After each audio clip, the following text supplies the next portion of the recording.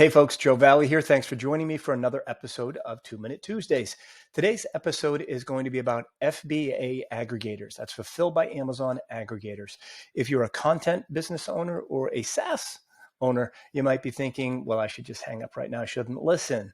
That's not true. The aggregators are going beyond FBA businesses, and they're buying Shopify stores, they're buying content sites, and they're buying SaaS businesses to all drive traffic to their Amazon stores, or if it's anything related to products and SaaS businesses, they're buying these up as well. I want to talk about the fact that if it sounds too good to be true, it probably is, right?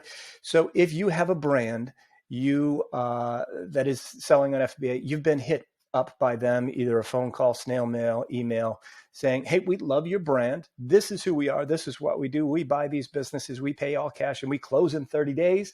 And then half of them will also say, and by the way, avoid the broker fee. When buyers and sellers work directly together, we can get the deal done more efficiently. That's simply not true, for the record, right?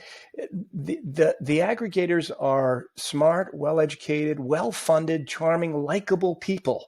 I've met many of them, had dinner and drinks with many of them. They're good people, but you've got to keep in mind that they are looking out for themselves and their investor. Their goal is to buy your business for as little as possible, both in the total purchase price and in cash down. They say they pay all cash and close in 30 days, but the reality is they don't.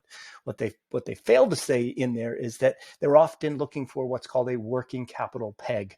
They don't get that when your business is being marketed by, yes, an advisor like Quiet Light, right? Yes, I know I'm a founder or a partner of Quiet Light, and I'm biased, but it's true, right? We've had an average of 3.75 offers on every listing in 2021 because of competition, and competition gets you a better deal.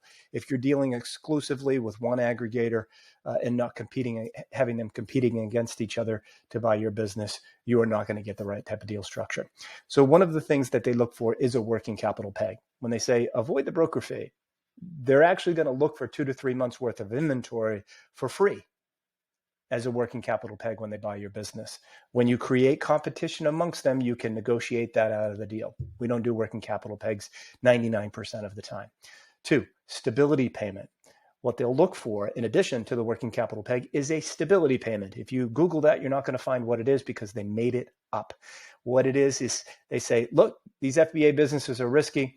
We're going to hold back 10% of the purchase price in escrow for 12 months. And at the end of 12 months, as long as the business is within 90% of the revenue when we purchased it, we'll release that 10%. So if you're selling your business for $2 million, 10%, $200,000 is going to be held back in escrow. You probably have $300,000 worth of inventory as well. So there's $500,000 that you're not getting, right? Negotiate those things out of there. With the stability payments, if you accept that, you've got to create a sliding scale so that you don't go from 90% to 89.999 and lose $200,000. You also want to have clauses in there that say, look, if you just run out of inventory for X amount of weeks on any of my SKUs, all deals are off. You owe me everything because it's not your fault that revenue fell.